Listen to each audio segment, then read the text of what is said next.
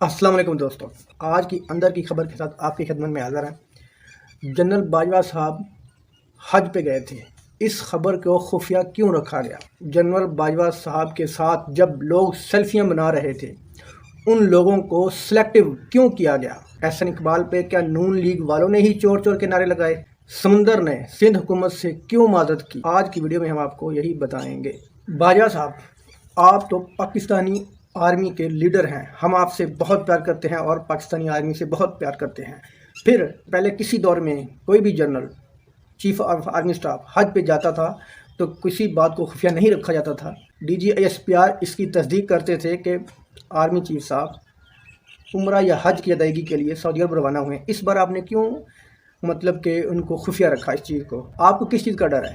آپ تو ہمارے دلوں میں ہیں، آپ تو ہمارے سر کے تاج ہیں، آپ نے اس چیز کو کیوں خفیہ رکھا؟ جب فیصلے عوام کی امنگوں کے خلاف کریں گے تو رد عمل تو آئے گا۔ شاید کہ اسی بات کو آپ نے سوچ لیا ہو کہ شاید کہ آپ کو بھی پتا ہے کہ ہم نے جو فیصلے کیے ہیں وہ عوام کی امنگوں کے خلاف ہیں۔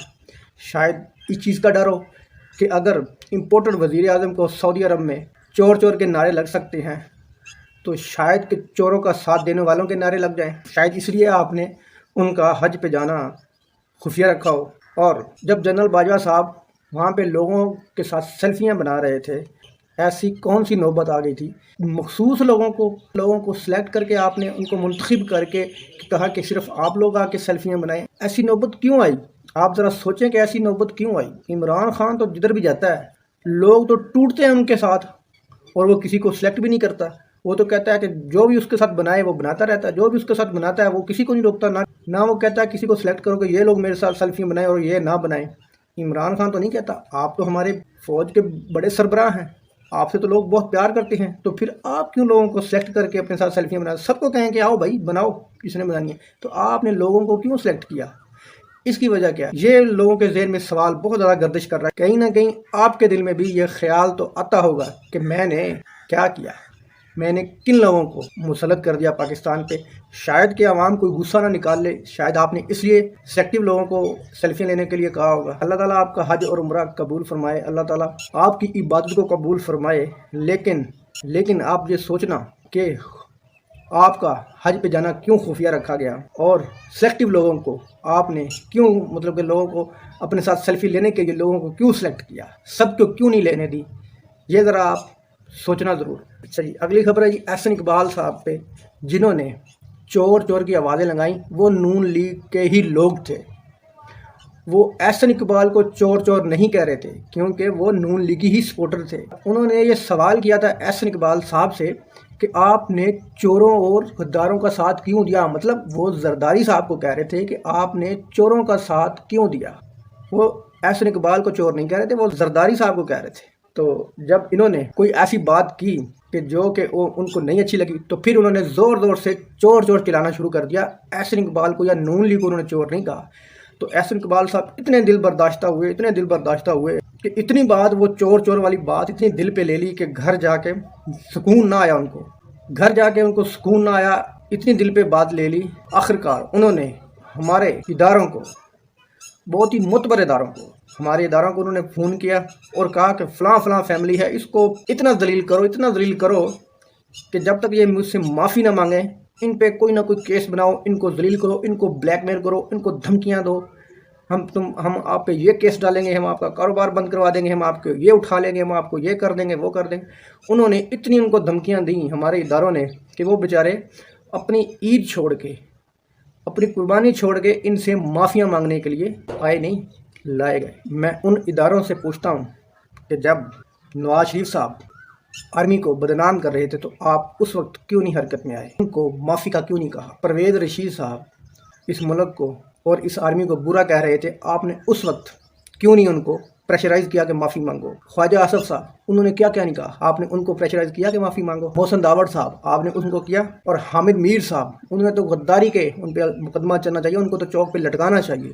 انہوں نے ایسے الفاظ ان کو کہا کہ معافی مانگو۔ لندن میں ہر روز شام کو باؤ جی کے گھر کے سامنے چور چور کے نعرے لگتے ہیں، وہاں پہ بھی آپ روکو، جا کے ان کو روک سکتے ہو؟ نہیں روک سکتے۔ احسن اقبال صاحب، آپ نے اتنی بات دل پہ لے لی، غریبوں کو مجبور کیا آپ نے عید والے دن کہ مجھ سے معافی مانگو، وہ بھی ایجنسیوں کے ہاتھ سے۔ ان ایجنسیوں کو بھی ہمارا سلام ہے کہ جو ان چوروں کے آرڈر کتنی جلدی مانتے ہیں، جنہوں نے اس ملک کو بدنام کیا ہر سطح پہ، ان صحافیوں کو، ان کو نہیں، کسی کو نہیں پکڑا، کسی کو مجبور نہیں کیا کہ معافی مانگے قوم سے، یا اس ملک سے معافی مانگے، یا پاکستان سے معافی مانگے۔ ان ایجنسیوں نے کسی کو نہیں کہا، کیونکہ دال میں کچھ کالا ہے۔ اور احسن اقبال صاحب، آپ اخلاقیات کی بات کرتے ہیں، رات کو لوگوں کی چادر اور چار دیواری کو آپ نے پامال کیا، حاملہ عورتوں کے پیٹ میں آپ نے گولیاں ماری، اس وقت آپ کی اخلاقیات کدھر تھی؟ وہ ایجنسیاں اس وقت کدھر تھیں؟ سلام ہے ان ایجنسیوں کو۔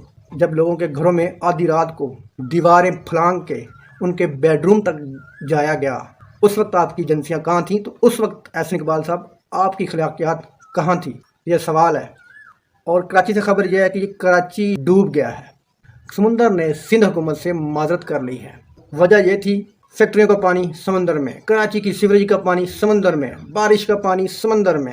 تو اس بار سمندر صاحب اتنے غصے میں آ گئے کہ سمندر صاحب نے اعلان کر دیا کہ اب میں ایک قطرہ بھی قبول نہیں کروں گا۔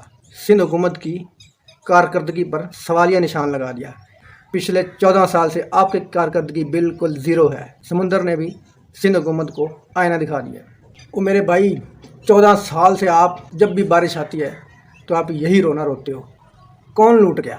پاکستان کو کس نے تباہ کر دیا؟ سندھ پاکستان کے ریڑھ کی ہڈی ہے، اس کو کس نے تباہ کیا؟ کتنے سالوں سے ان کی حکومت ہے۔ میں سلام کرتا ہوں ان کو جنہوں نے معاہدوں پہ سائن کروائے کہ 5 سال تم اور 5 سال یہ، ان کو میں سلام پیش کرتا ہوں۔ بیڑا غرق کر دیا انہوں نے کراچی کا، پاکستان کی ریڑھ کی ہڈی کو انہوں نے توڑ کے رکھ دیا ہے۔ سمندر کا پیغام ہے یہ سندھ حکومت کو کہ اپنی کارکردگی دکھاؤ، کرپشن کم کرو، کام کر کے دکھاؤ۔ سمندر نے ان کو رستہ دکھایا ہے، ان کو آئینہ دکھایا ہے کہ میں اب مزید آپ کا گند، آپ کی کرپشن کا گند میں مزید برداشت نہیں کر سکتا۔ تو اس نے مزید پانی لینے سے انکار کر دیا۔ وجہ کہ سمندر کی جو پانی کا لیول ہے وہ کراچی کی سطح سے اونچا ہوتا جا رہا ہے، تو مزید پانی اس کے اندر نہیں جا سکتا۔ اس کے لیے سندھ حکومت کو کوئی پرماننٹ حل نکالنا پڑے گا۔ اس کا پرماننٹ حل یہ ہے کہ نہریں نکالی جائیں، ایسی نہریں جو کہ بارشوں کے دنوں میں چلیں، یا سیوریج کا جو پانی ہے وہ پانی ان نہروں میں ڈالا جائے، اور وہ نہریں اپوزٹ سائڈ کو مطلب حیدرآباد کی طرف چلائی جائیں۔ مطلب کہ ان کا لیول کراچی سے اونچا رکھ کے ان کو ایسا تعمیر کیا جائے کہ ان کا پانی اوپر والی سطح پہ جائے، نہ کہ گہرائی میں آئے۔ تو وہاں پہ آگے جا کے پانی وہ کسی فصلوں میں استعمال کر لیں یا کسی علاقے میں چھوڑ دیں، تو ایک صرف یہی حل بچ گیا، باقی کراچی کے لیے کوئی حل نہیں ہے۔ جب بھی بارش آئے گی کراچی ڈوبے گا۔ جب بارش آتا ہے تو پانی آتا ہے، جب زیادہ بارش آتا ہے تو زیادہ پانی آتا ہے۔ یہی لوگ یہی جملہ کہتے رہیں گے۔